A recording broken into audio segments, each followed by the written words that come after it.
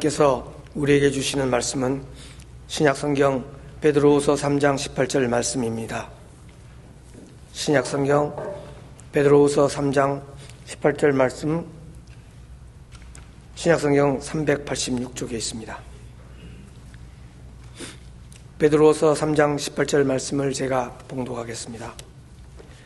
오직 우리 주 곧 구주 예수 그리스도의 은혜와 그를 아는 지식에서 자라가라. 영광이 이제와 영원한 날까지 그에게 있을지어다. 아멘. 오늘은 9월의 첫 번째 날이자 첫 번째 주일입니다. 이제 9월부터 12월까지 올해의 하반기 목회가 시작됩니다. 하반기의 목회를 시작하면서 오늘은 올해 2024년 하나님께서 우리 교회에 주신 표어의 말씀을 다시 한번 묵상하려고 합니다. 올해 우리 교회는 베드로후서 3장 18절의 말씀으로 은혜와 지식에서 자라가라는 표어의 말씀을 받았습니다. 어느 해나 하나님께서 우리 교회에 주시는 표어의 말씀이 은혜가 되었지만 특별히 올해 우리 교회에 주신 말씀은 특별한 은혜를 주는 말씀입니다. 베드로후서 3장 18절에서 베드로 사도는 이렇게 말합니다. 오직 우리 주 곧 구주 예수 그리스도의 은혜와 그를 아는 지식에서 자라가라. 영광이 이제와 영원한 날까지 그에게 있을지어다. 아멘. 베드로 사도는 우리에게 예수 그리스도의 은혜와 그를 아는 지식에서 자라가라고 말합니다. 이것이 그리스도인들이 할 일이라고 가르쳐 줍니다. 우리는 이 말씀을 받고 2024년을 신앙생활을 하면서 과연 주님이 주시는 은혜와 지식에서 자라가는 한 해를 보내고 있을까요? 우리 모두는 자라나기를 원합니다. 우리의 삶도 자라나고 사업도 성장하고 우리의 믿음도 자라나기를 원합니다. 그런데 우리가 자라나기 위해서는 오늘의 말씀을 기억해야 합니다. 은혜와 지식에서 우리는 자라가게 되기 때문입니다. 우리는 은혜를 경험할 때 자라갑니다. 하나님을 만나는 은혜, 예수께서 주시는 은혜를 생생하게 경험할 때 우리는 믿음이 자라나고 나의 삶은 더욱 깊어지게 됩니다. 어떤 목사님이 어머니에게 받았던 목회의 철칙을 제가 교우들께 소개해드린 적이 있습니다. 어머니가 목사인 아들에게 항상 이 이야기를 조언합니다. 교인들은 은혜를 받으면 순한 양처럼 되니 교회에 어려움이 있을 때는 다른 노력을 하는 것이 아니라 은혜가 임하게 해달라고 간절하게 기도해야 한다. 이 말씀을 전해줍니다. 이 어머니의 조언이 참 깊은 통찰력을 가지고 있습니다. 우리는 은혜를 받으면 충만해지고 너그러워지고 기쁨이 가득합니다. 교회에 어려움이 있을 때에는 하나님의 은혜가 임하기를 기도해야 합니다. 우리의 삶에 문제가 있을 때에는 하나님의 은혜가 임하기를 간구해야 합니다. 어제 토요일 새벽 기도를 하면서 요나의 말씀을 묵상할 때 제가 은혜를 받은 말씀이 있습니다. 하나님의 추격입니다. 요나가 하나님을 피해서 도망을 갈 때 하나님께서 요나를 추격해 오시는데 하나님의 추격은 요나를 심판하시려는 것이 아니라 요나를 살리기 위함입니다. 하나님의 추격을 묵상하면서 은혜가 우리를 따라잡는다는 말씀을 어제 새벽기도 시간에 묵상하였습니다. 우리는 때로 하나님을 떠나기도 하고 하나님으로부터 도망가기도 하지만 하나님은 우리를 기다리시고 우리를 찾아내시고 우리에게 하나님의 은혜를 베풀어 주십니다. 이것이 도망가는 우리를 은혜가 따라잡는다고 표현하는 것입니다. 하나님의 은혜가 우리에게 임할 때 우리는 삶의 문제가 해결되고 삶의 묶임이 풀어지는 것을 경험하게 됩니다. 사도 바울은 부활의 주님을 만나고서 주님께서 주시는 엄청난 은혜를 경험했던 사람입니다. 바울은 자신이 경험했던 은혜를 에베소 교회의 교인들도 경험하기를 원하면서 에베소서 3장 18절과 19절에서 이렇게 기도합니다. 능히 모든 성도와 함께 지식에 넘치는 그리스도의 사랑을 알고 그 너비와 길이와 높이와 깊이가 어떠함을 깨달아 하나님의 모든 충만하신 것으로 너희에게 충만하게 하시기를 구하노라. 아멘. 여러분이 에베소서 3장 18절과 19절에 나오는 기도는 놀라운 은혜가 담겨 있지요. 바울이 경험했던 예수님이 주신 은혜가 어떠한지를 알게 해주는 말씀입니다. 바울은 먼저 지식에 넘치는 그리스도의 사랑을 알라고 말합니다. 지식에 넘친다는 것은 지식을 능가하는 이라는 뜻입니다. 우리의 생각과 기대를 훨씬 넘어서는 모습으로 예수님의 사랑은 그 깊이와 높이와 넓이를 측량할 수 없다고 바울은 강조합니다. 여러분, 나는 예수님의 사랑을 느끼고 있을까요? 내가 안다고 생각할 때 나의 생각을 훨씬 넘어서는 모습으로 나를 사랑하시는 그 깊이와 넓이와 높이를 측량할 수 없을 정도로 나를 사랑하시는 예수님의 사랑을 경험하고 있을까요? 지금 읽었던 에베소서 3장 19절의 마지막에는 예수님의 이 사랑을 느끼면 우리가 하나님의 충만하심으로 충만해진다고 말합니다. 우리는 때로 마음이 냉랭해지는 것을 경험합니다. 믿음이 약해진 것 같고 마음에는 기쁨이 사라지고 삶의 곤고함이 우리를 짓누르는 것만을 경험할 때가 있습니다. 우리는 어떻게 마음의 충만함을 회복할 수 있을까요? 바울은 말합니다.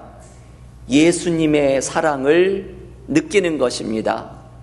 우리의 지식을 능가하는 모습으로 그 높이와 깊이와 넓이와 길이를 가늠하기 어려운 깊은 주님의 사랑을 경험하면 우리의 냉랭한 마음, 기쁨이 사라진 마음에 하나님이 주시는 충만함이 찾아옵니다. 우리가 영적으로 성장하는 것은 주님의 사랑을 느끼고 나의 마음이 충만해질 때 우리는 영적으로 자라나고 성장합니다. 제가 얼마 전에 고마운 친구 에젤에 나오는 이야기를 교우들께 소개해드린 적이 있습니다. 이 책을 쓴 홍정희 대표라는 분이 북경에서 열린 유학생들을 위한 수련회 코스타에서 말씀을 전한 이야기를 소개합니다. 중국 공안의 감시를 피해서 집회를 모였는데 공안이 들이닥친다는 소식을 듣고 취소되었다가 다음날 비밀리에 이 집회가 다시 모이게 되었습니다. 비밀스럽게 모인 집회에는 무거운 공기와 불안감이 흐르고 있었습니다. 그때 주님께서 이분에게 이 말씀을 전하라고 알려주십니다. 괜찮아.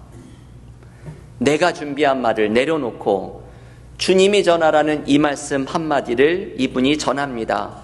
괜찮아. 이 말을 3번째로 외쳤을 때 학생들은 울기 시작했고 파도처럼 하나님을 향해 외치는 통곡의 기도가 울려 퍼지기 시작했습니다. 그 꽉 채운 학생들이 꽉 채운 강당에는 하나님의 이름을 부르는 간절한 부르짖음만이 가득했습니다. 이분은 90분의 시간 동안 괜찮아 3번을 말하고 학생들과 울며 기도하면서 강의를 마쳤습니다. 이렇게 집회를 마치고 나서 어떤 학생이 스텝에게 남긴 쪽지를 받게 되었습니다. 이 쪽지에는 삶을 비관하고 목숨을 끊어야겠다는 생각만이 가득했던 한 학생이 심부름 때문에 우연히 그 집회에 왔다가 괜찮아, 주님의 음성을 듣고 큰 위로를 경험하였다는 사연이 적혀 있었습니다. 제가 교우들께 나누었던 이 이야기가 설교를 준비하면서 떠오른 것은 지난주에 어떤 분으로부터 비슷한 간증을 듣게 되었기 때문입니다. 이분이 하나님을 처음 만났을 때에 들었던 말이 같은 말씀이었습니다.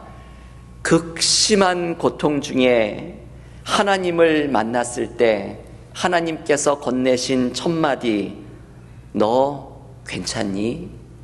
하나님께서 친구처럼 말씀을 걸어오셨습니다. 여러분, 하나님은 지금도 살아계십니다. 하나님은 우리를 위로하기를 원하십니다. 괜찮니? 너 괜찮니? 하나님은 우리에게 당신의 사랑을 부어주기를 원하십니다. 하나님은 우리의 막힌 길을 인도하기를 원하십니다. 그 사랑을 체험하면 우리의 마음이 충만해집니다. 이것이 은혜를 경험하는 것입니다. 하나님을 만나고 예수 그리스도의 사랑을 느끼는 것이 은혜를 경험하는 것입니다. 우리는 은혜를 경험하며 자라갑니다. 하나님이 얼마나 우리를 사랑하시는지, 하나님이 얼마나 우리에게 미래와 소망을 열어주기를 원하시는지 이 은혜를 체험하면 우리는 자라나고 충만해집니다. 살아계신 하나님을 만나며 하나님의 은혜로 자라나고 충만해지는 믿음의 교우들이 모두 되시기를 간절히 기원합니다. 베드로 사도는 우리가 또한 자라나기 위해서는 지식에서 자라나야 한다고 말합니다. 베드로후서 3장 18절은 이렇게 말하죠. 오직 우리 주 곧 구주 예수 그리스도의 은혜와 그를 아는 지식에서 자라가라. 지식에서 자라간다는 것은 관계가 깊어짐을 의미합니다. 주님을 만나고 하나님을, 살아계신 하나님을 만나고 성령님을 생생하게 느끼면서 이 삼위일체 하나님과의 인격적인 관계 속에 자라가는 것이 지식이 자라간다는 의미입니다.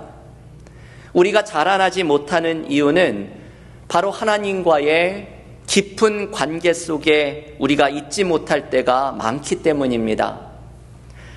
보스턴에 있는 유명한 병원 가운데 하나가 매사추세츠 종합병원입니다. 매스 제너럴 호스피털, 유명한 병원 가운데 하나이죠.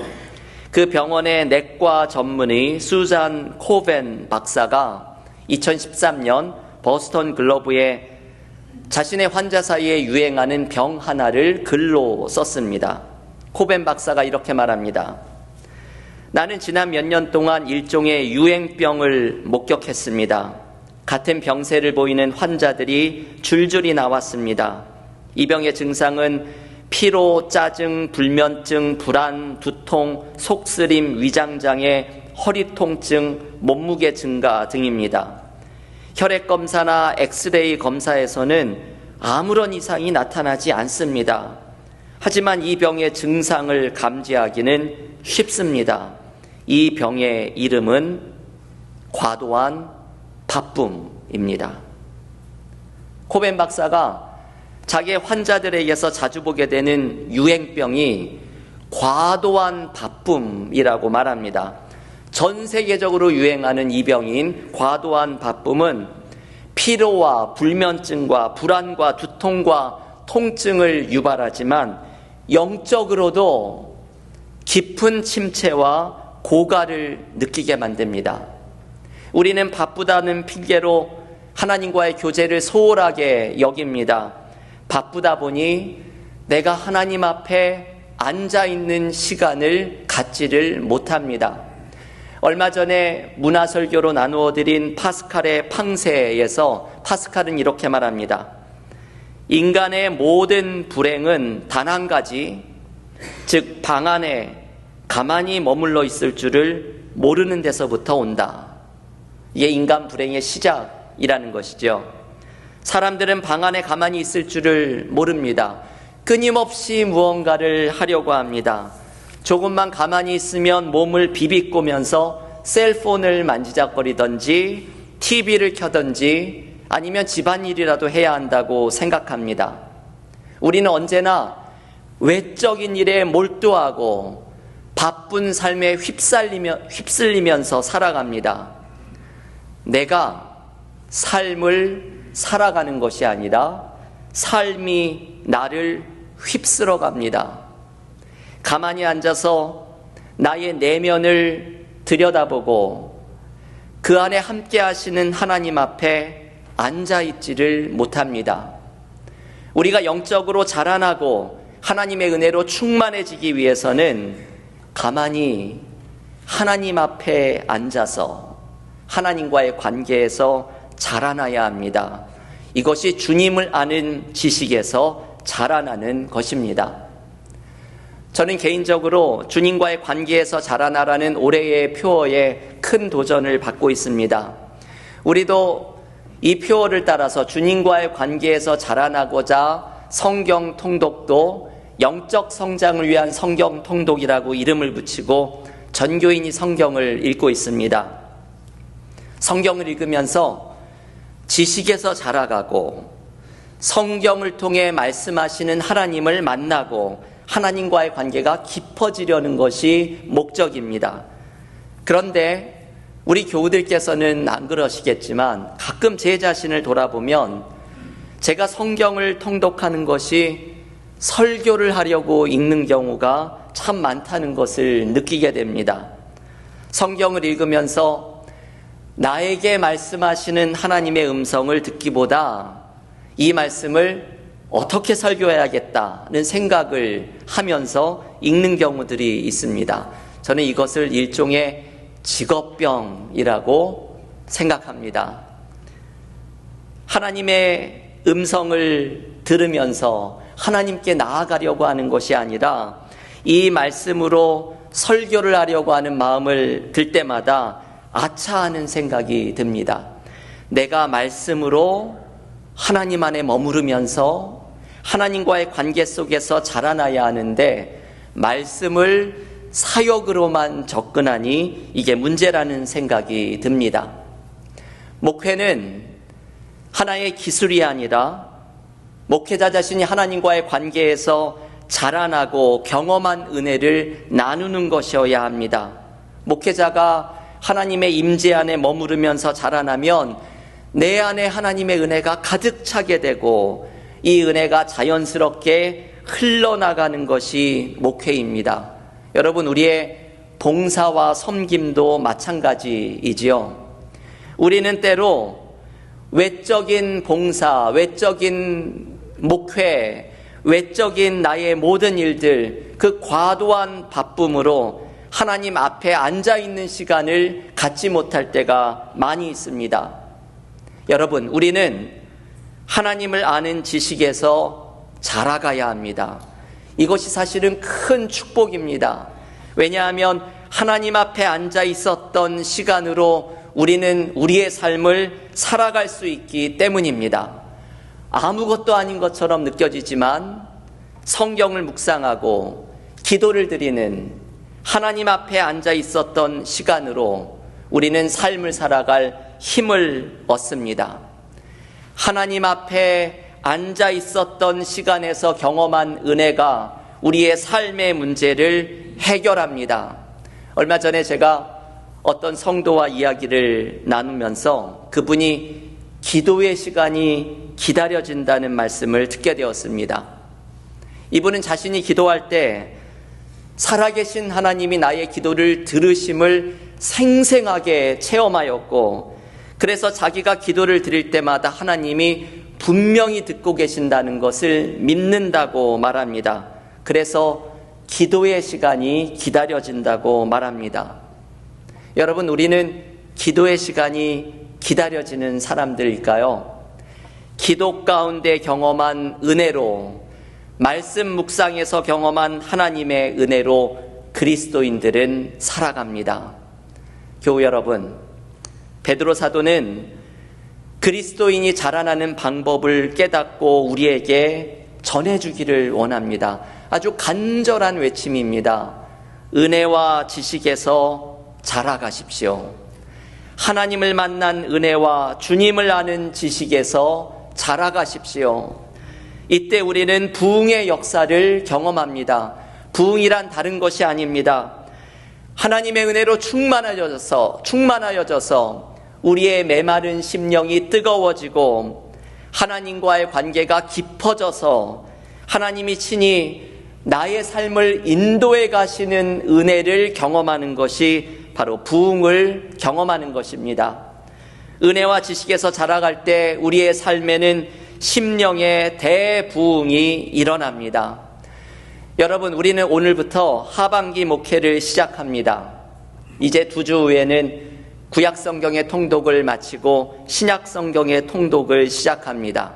다음 주에는 시편 성경 공부를 시작합니다. 10월에는 성령의 충만한 역사가 임하기를 간구하는 전도 집회를 엽니다. 이 모든 노력은 은혜와 지식에서 자라가며 하나님이 주시는 심령의 부흥을 경험하기 위함입니다. 여러분, 은혜와 지식에서 자라가는 갈망이 내 안에 일어나게 해달라고 기도해 보십시오.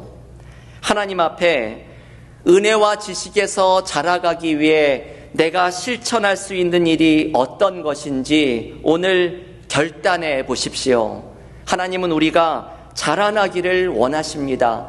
하나님이 이 원하시는 것은 명령이 아니라 축복입니다. 우리가 은혜와 지식에서 자라갈 때 우리는 하나님의 사랑으로 충만해지고 삶의 문제들은 풀어지며 하나님이 열어가시는 새로운 길을 발견하게 될 줄을 믿습니다. 올해 우리 교회에게 주신 베드로후서 3장 18절의 말씀을 붙들고 은혜와 지식에서 자라가며 심령의 대부흥을 경험하는 그리스도인들과 우리 공동체가 되기를 주님의 이름으로 간절히 축원합니다. 기도하겠습니다. 하나님, 오늘 우리에게 주신 하나님의 말씀을 하나님의 음성으로 듣습니다. 은혜와 지식에서 자라가라. 이 말씀 속에 우리에게 주시는 하나님의 놀라운 축복의 말씀이 담겨 있음을 붙듭니다. 살아계신 하나님을 만나게 하시고 예수께서 나를 사랑하시는 그 깊이와 높이와 넓이가 나의 생각을 넘어서게 얼마나 큰 사랑인지를 생생하게 경험하게 하시고 너 괜찮니? 위로하시는 하나님을 만나며 우리의 기도에 응답하시는 하나님을 경험하게 하시사 하나님으로부터 경험한 이 은혜가 우리를 자라나게 하시고 삶의 문제를 풀어가는 힘이 되게 하여 주시옵소서. 지식에서 자라나기를 원합니다. 성경을 통독할 때, 성경 공부로 나아갈 때, 예배 가운데, 순모임에서, 모든 봉사 속에서 주님과의 관계가 더욱더 깊어져가는 지식에서 자라나기를 원합니다.